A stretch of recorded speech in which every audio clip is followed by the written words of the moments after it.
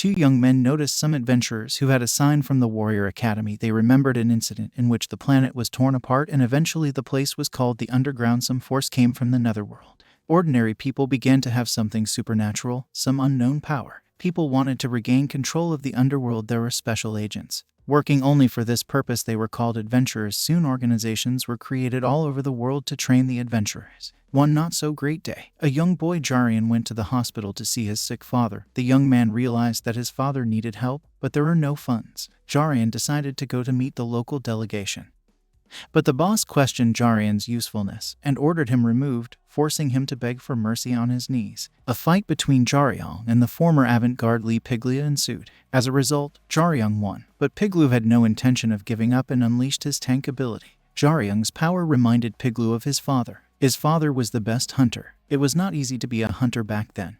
They were highly informed and were always fighting dangerous monsters. Those hunters who survived carried their experience from generation to generation. Jaron's father was the strongest hunter who killed a dragon. It seemed that he would not be defeated, but one day was poisoned by a poison that gradually killed him. Yu Xiong lost his popularity and everyone started to forget about him.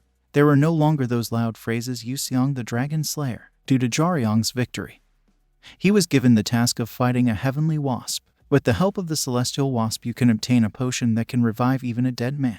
Jarian arrived in the forest, where immediately his eyes were struck by a large footprint that carried the attraction of monsters. In the forest, Jinsei Ram met a girl. She was taking an exam and on the last step she had to defeat the monster Titan Monkey. Jinsei Ram was a mage archer. The girl can't handle the Titan Monkey and decides to run away. Jarian comes to her aid. Jinsei Ram offers Jarian if he helps her pass all phases of the exam, she will give him a reward. She gives him an Unkill Blood pendant as an advance, but their conversation is interrupted by a titanium monkey. Jinsei Ram grew up in the family of the heir to the company and the elite.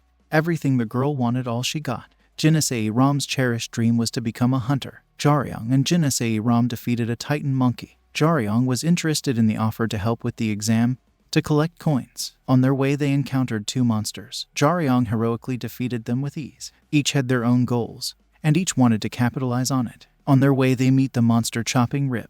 But things are not so simple. They meet the gold-ranked hunter Yang Dukayang, and a battle ensues between them. Jarian orders Jinsei Ram to flee. In the past, Yang Dukayang as a monster was a true genius, an ordinary young man trying to be better than everyone else. Jarian loses control. All strength was to survive, and when Yang Dukayang decides to strike one last blow in one moment, Jinsei Ram shows up and protects. Jarian gets a jelly bean and delivers it to his boss, but he's tormented by thoughts of the high school for mages. Enrollment for this school will be in winter. Not one hunter cannot defend the dungeons alone. No matter what qualities do not possess alone, it is difficult to cope with numerous attacks of monsters. This requires a team. Each of the team members apply their skills, thus overcome each other's shortcomings, complementing each other, more chances to win. As it is in this school, many students are divided into groups. Jinsei Ram meets up with her class teacher Kang Jong-guk, and at that moment a titanium monkey appeared on their horizon and the battle began. Jarian was called to the hospital and his father had a sudden seizure. The patient has a rare case, one might even say the only case where no one survives dragon venom. Today, the only remedy for the poison is the heavenly tiger. In the past, you could get its milk for money, but now the situation has changed. Jarian called Jinsei Ram and took her up on her offer and asked if she had heavenly tiger milk, to which she replied positively she didn't have much, but enough. They met and Jarian has to undergo a physical exam to determine his abilities, stamina, and strength. The measurements of strength are revealed in a test of combat. Jarian's opponent is Geokron Pro, Akka the Golem. Jinsei Ram, along with Jiang Yo-min, watches the golem and Jarian battle. Jiang Yo-min is a golem summoner. The fight begins. Jarian ducked a few times, and then just waited for the right moment to strike. The stats didn't reach their limits. Then Zeke Esserm, Director of Research and Development for the Chinsen Group, walks into the lab. Zeke Esserm decides to fight Jarian, to put him to the test. In this fight, Jarian is played, but after some quips, Jarian gets up and continues to fight heroically. Jarian admits that he was not trained, but through experience and diligence, he has that experience, and he's not going to just give up. Jarian fights his father's moves and starts to win, but at one point something goes wrong and he loses again. Zeke Esserm is quite surprised by his strength. He finds out who his father is. Jarian was shown his stats: muscle strength, B, health, A, dexterity, A, intelligence, C, magic power, D, endurance, B. The stats are innate abilities. Zeke Esserm is waiting for Jarian at his place, asking to be warned when he wakes up. The item of equipment is every hunter's dream. Everyone wants a highly effective weapon and armor. Jaryong still has doubts about this school. He thinks only the rich attend. But Jiang Ai-min confidently says that only potential hunters who are able to become top-ranked hunters in the future attend the school. Everyone will come prepared. Many want to enroll in this school. Jinase Ram offers to pay for the weapons for Jaryong. They went to the head of the production department, who was the monster Argus Thunderbolt, Akka the senior titan. Argus orders them to capture him if Jaryong can. Jaryong attacks Argus, and he notices a familiar weapon he made himself. Argus asks Jaryong where he got it. Jaryong refused to answer, and there was a spark between them. Argus acknowledged that the boy did indeed have the right to this weapon. Argus admitted that he had once almost been killed, but the man did not make it to the end, and the man was Jaryong's father. Among all of them, only the Elder Titan made it to the highest level. His life is close to eternity, but their real strength is to make weapons and equipment. The born ability of this tribe is to create artifacts with special powers. The special unit of the time was a first-rate organization that could be proud of its achievements in sweeping the dungeons of its time.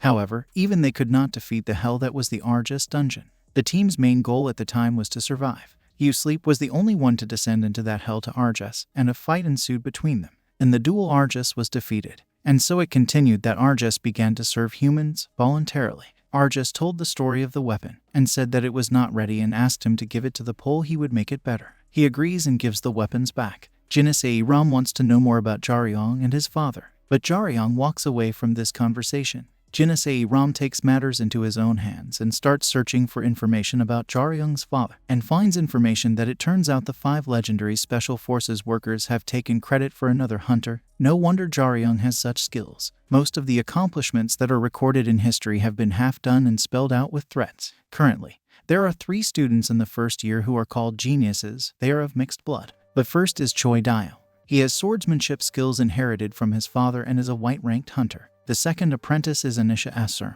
who has skills that would be the envy of even a purebred elf. And finally, the third member was born from the union of a human and a dwarf. He has the strength and durability.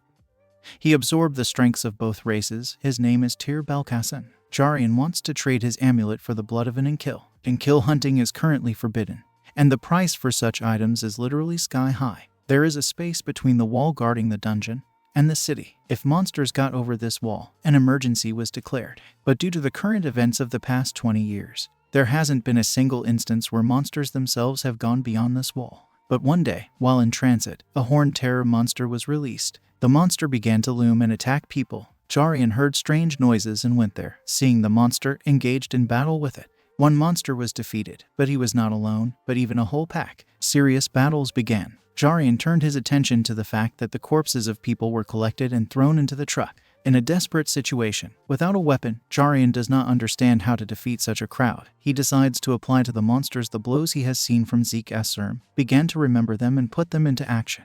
And surprisingly, he succeeds, and so each blow helps to move on, killing monsters. The truckload of corpses turned out to be nothing more than food for a more serious monster. The Horned Terror, Rex, who is stronger than all the previous Horned Terrors combined.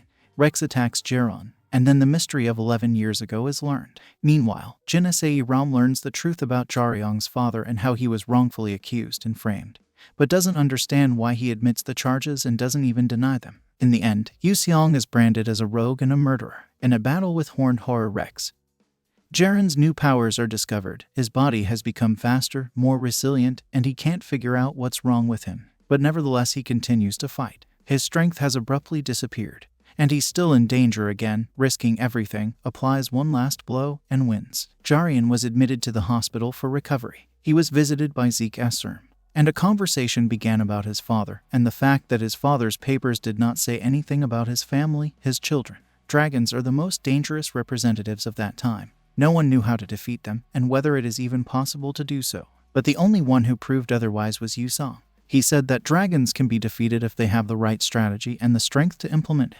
Thanks to him, dragon hunts all over the world were successful. Duganahi was the dragon leader that Yusong had been chasing until he was sick. It is necessary to catch him, and then a cure can be made to cure his father. Jaryong decides to catch Duganahi, but he is too low in rank to go after the dragon. He needs to upgrade his rank significantly. Dragons are too cunning. They changed their strategy and started hiding under other faces, waiting for their time. But even if revealed, there is no way to prove it. and the world will gain only fear and distrust. Jarian has 2 years to level up, but the sooner the better. Jarian aims to be on the team at any cost, to get the potion for his father, and to kill the leader of the dragons. Jarian finds out that he's been put on the internet, and all the reporters want to interview him. Jarian doesn't want to talk to them and uses a rope to escape from the back exit of the hospital. Jarian gets in the car with Jinase Ram. There are 3 kinds of tissues that are magically protected, most often used by Salicians or mages. Jinase Ram can't figure out how he managed to defeat the horned horrors. An exam is coming up.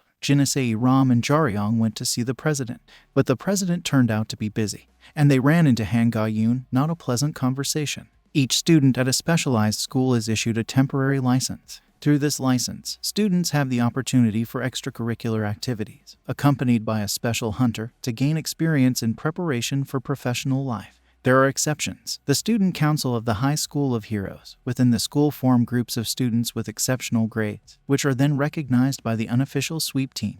They are given independent control and voice by the board, and can also team up with professional teams. Jarian challenged Han Ga-yoon to a bet. Jinase Ram is outraged because Jarian made the bet knowing he would lose. Han Ga-yoon is too strong, but Jarian only wants to win her favor by losing to her. The fight begins. Han Ga-yoon is quite surprised. After entering the school, she didn't think anyone would be able to dodge her attacks for so long. Jarian, with a damaged arm, heroically holds on. Han Ga-yoon offers to make a draw, but Jarian doesn't believe her, and he doesn't agree to a draw. The fight goes on, during which time Jarian has learned all of Han Ga-yoon's moves, and begins to act on her own punches against her.